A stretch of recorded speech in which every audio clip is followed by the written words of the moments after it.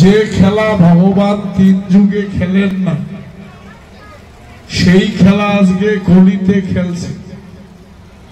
কি খেলা করছেন গো? মহাজন বললে ছিল ব্রজের খেলা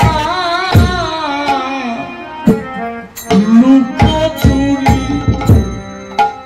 আজি নদিয়ার খেলা ঘোড়া গরি। ছিল ব্রজের খেলা লুকোচুরি,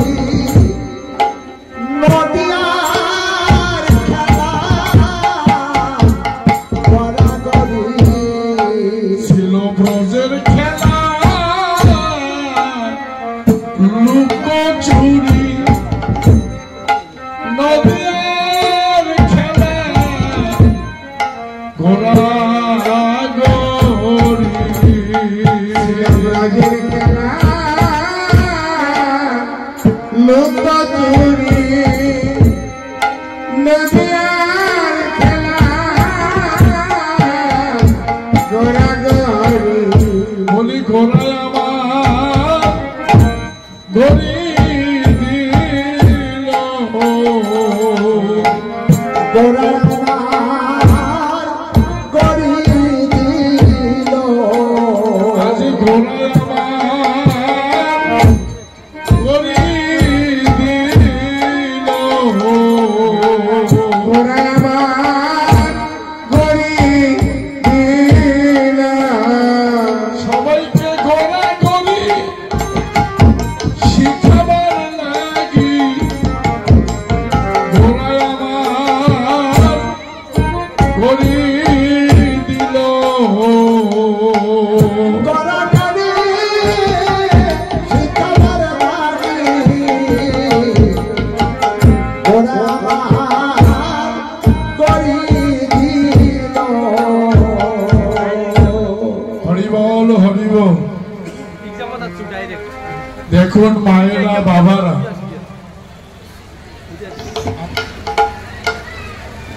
জয় নিতাইয়ের মায়ের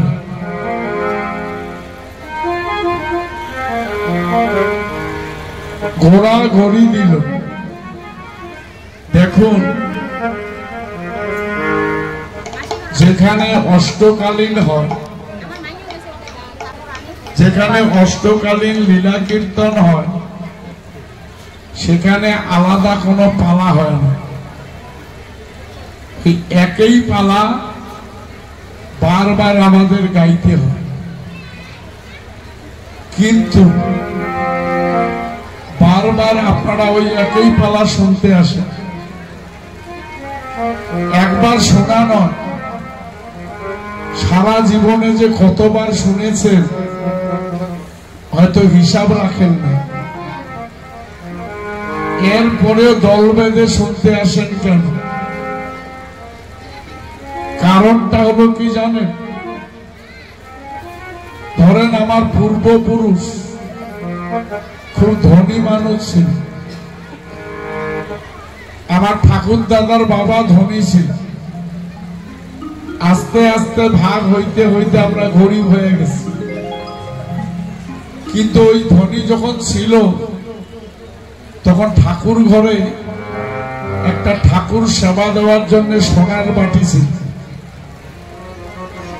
সোনার বাটি ছিল, পরবর্তী বংশধরেরা জানেই না।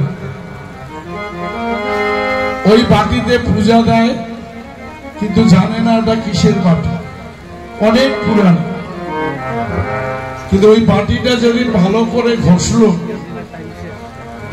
মাজলো, আর মাজার পরে দেখে চকচক করে, আর এটা কিসের রে, এত চকচক করে, এতদিনের বাটি, ঠাকুরদার বাপের আমলের বাটি। কেউ বলে পিতল, কেউ বলে সোনা। এবার সোনার দোকানে নিয়ে বলা হলো এটা কি, বলে সর্বনাশ, এটা তো সোনার বাটি, অনেক দিনের পুরানা, যতই মাঝে ততই চকচক করে, আর যতই দিন যায় ততই দাম বাড়ে। দাম কমে না বাড়ে? দামও বাড়ে, চকচকও করে। ঠিক পদাবলী কীর্তনগুলি এইরকম জিনিস, একবার শুনিলে হবে না, সারা জীবন শুনবেন, মাঝামাঝি করবেন, ঘষাঘষি করবেন, যতই আলোচনা করবেন ততই আপনার কাছে ভালো লাগে। সোনার পাত্র মাজলে যেমন চকচক করে, এই পদাবলী কীর্তনগুলি যদি একটু বসে বসে মাজা ঘষা করেন, চকচক করবে। আর যত দিন যাবে সোনার যেমন দাম বাড়ে, যত আপনার দিন যাবে ততই ভগবানের প্রতি আপনার ভালোবাসা বাড়বে, ততই ভগবানের প্রতি আপনার আগ্রহ বাড়বে। এই জন্য বললেন, ব্রজের খেলা লুকোচুরি, নদিয়ার খেলা ঘোড়াঘড়ি। ঘোড়া যদি ঘড়ি না দেয়, ডালপালা কোনদিন ঘড়ি দিবেন। এই ভাই, এই খেলার জায়গা না, কীর্তন শুনো, নাহলে যাও দোকান, যাও যাও, কীর্তন শোনো, নাহলে দোকান ঘুরিবে। জয়নিক ঘোড়া যদি ঘড়ি না দেয়, ডালপালা কোনদিন ঘড়ি দেয়। যে বাড়ির বাবা মা ঠাকুর ভক্তি দেয় না, সেই বাড়ির ছেলে মেয়ে বাবা মাকে ভক্তি দিতে বললে লজ্জা পায়, কসমস করে। এটা বাচ্চার দোষ নাই, দোষ হলো বাবা মায়ের। বাবা মায়ের, বাবা মা বাচ্চার ভক্তি বাড়াবেন না, ভক্তিটা আপনারা থামিয়ে দেন না। কেউ যদি বলে যা তো তোর মাকে ভক্তি দে, তোর বাবাকে দে, আপনারা কি বলেন? থাকতো থাকতো, হয়েছে তো হচ্ছে, না না তো না না বলেন না, না বলেন। ও ভক্তি দিতে চায়, আপনি ভক্তিটা থামিয়ে দিলেন, ভক্তিটা নিলেন না। মা যদি ভক্তি না নেয়, সে কি কাকিমা জেঠিমাকে ভক্তি দিবে? দিবে? আপনারাই ভক্তিটা নষ্ট করলেন। তারপরে যখন বিয়া দিলেন, বাম্মার কথা শোনে না, তখন কোনো কাজ নাই, মানুষের বাড়ি বাড়ি যাবে, বেটা বউয়ের দুর্নাম করবে, বেটা বউয়ের দুর্নাম করিবে আর কান দিবে। বলেন তো, যে মায়েরা বাড়ি বাড়ি গিয়া বেটা বউয়ের দুর্নাম করেন আর কান দেন, আপনার কান্না শুনিয়া কেউ 10 টাকা দেয়? 10 টাকা নিয়ে যাও, জনতা কিনি খান, 1 টাকা কামাই নেই। এই যে কান্নাকাটিটা করেন, কেন করেন? 10টায় ছেলের নয়, বৌমারও নয়, নজর হচ্ছে ঘোড়ার। আপনি কোনদিন ভক্তি নেন নাই, আর ভক্তি দিতে বলেনও না। শোনেন মায়েরা, সন্তান যদি আপনাদের ভক্তি দিতে চায়, প্রণাম করতে চায়, পা দুইটা বাড়িয়ে দিবেন, দেখ আমি তোর মা হই, দেওয়া লাগে, দিতে হয়, শিখাবেন আমি তোর মা হই, ভক্তি দে। তারপরে ভক্তি দেওয়ার পরে আদর করবেন, নিজের বাচ্চা গায়ে হাত দিয়ে একটু আদর করবেন, সোনারে বাচ্চারে।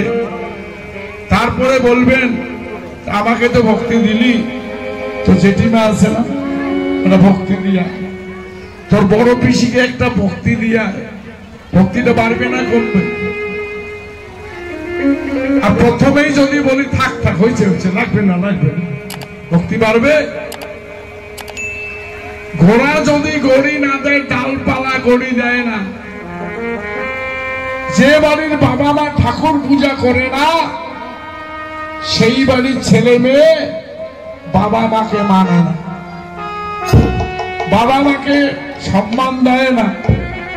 তাই গৌর হরি আমাদের শিক্ষা দিলেন, আপনি আচরি ধর্ম জীবের শিখায়, আপনি না করিলে কর্ম শিখানো না যায়।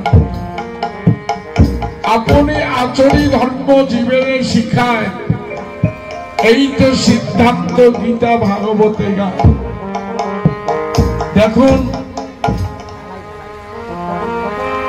আমরা যদি আচরণ না করি আমাদের ছেলে মেয়েরা কোনোদিন শিখবে না। তাই গৌর আমার কিসের গোড়া, সে যে ভাবের গোড়া,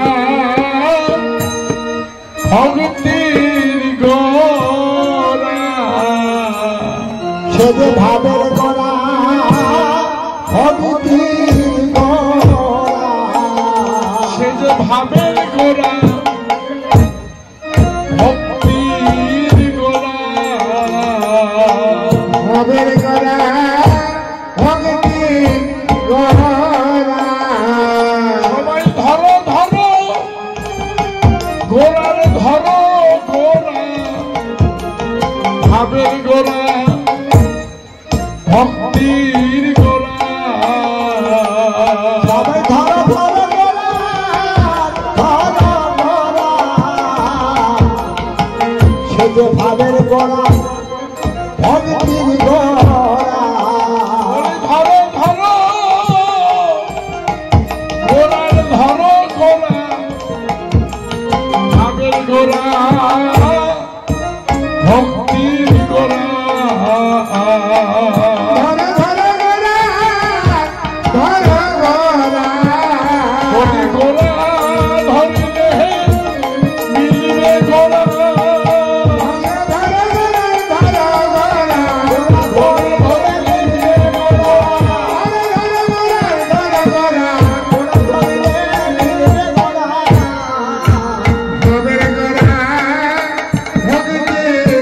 গোড়া। হরিবল হরিবল, ঘোড়া ধরলে মিলবে ঘোড়া। শ্রীমন্ত শঙ্করদেব তিনি তার নাম ঘোষায় বলেছেন, গাছের গোড়ায় জল ঢালিলে সকল পত্রেতে সন্তোষ, কৃষ্ণ দেবতার পূজা করিলে অন্য দেবতার নাহি রোষ। কৃষ্ণ পূজা করিলে অন্যান্য দেবতাকে পূজা করিতে হবে না। কে বললেন? শঙ্করদেব। গীতায় একখানা শ্লোক আছে। কি শ্লোক? ঈশ্বর পরম কৃষ্ণ সচ্চিদানন্দ বিগ্রহ অনাদির আদি সর্ব কারণের কারণ। দেখুন বাবারা মায়েরা, আমরা যাকে তাকে ভগবানের আসনে বসাই। এখন তো আরো মুশকিল হয়ে গেছে, আমরা যার যার গুরুদেবকে ভগবানের অবতার বলে চালাইতে চাই। যার যার গুরুদেবকে ভাবি উনি এইবার ভগবান হয়ে আসছে, অবতার হয়ে আসছে। কিন্তু শাস্ত্রে আঙুল দিয়ে দেখিয়া দিল, আপনারা যতজনকেই ভগবান মানেন না কেন, সকল ভগবানের পরম ভগবানকে ঈশ্বর পরম কৃষ্ণ সচ্চিদ আনন্দ বিগ্রহ। একমাত্র কৃষ্ণই হচ্ছে সত্যিকারের ভগবান। কৃষ্ণ হচ্ছে সত্যিকারের ভগবান। এবং কৃষ্ণকে যদি আমরা জানতে চাই, শোনেন মায়েরা বাবারা, কৃষ্ণকে যদি আমরা জানতে চাই, সচ্চিদ আনন্দ বিগ্রহ আগে নিজে সৎ হইতে হবে। যতদিন আপনি নিজে সৎ হবেন না, ততদিনে আপনি কীর্তনে গেলেও শান্তি পাবেন না, বাড়িতেও শান্তি পাবেন না, কোথাও গেলে আপনাকে শান্তি কেউ দিবে না। আপনি শান্তি যদি পেতে চান, আপনাকে সৎ হইতে হবে। সৎ চিত আনন্দ, যার চিত্ত সৎ সেই ভগবানের নামে আনন্দ পায়। যার চিত্ত সৎ নয়, সে কীর্তন আসরে বসে উসখুস করে, অস্থির অস্থির পায়, জ্বালা যন্ত্রণা শুরু হয়। কারণ তার চিত্তটা সৎ নয়, মনটা পরিষ্কার নয়। সৎ চিত আনন্দ বিগ্রহ। যদি আনন্দ আপনি পেতে চান,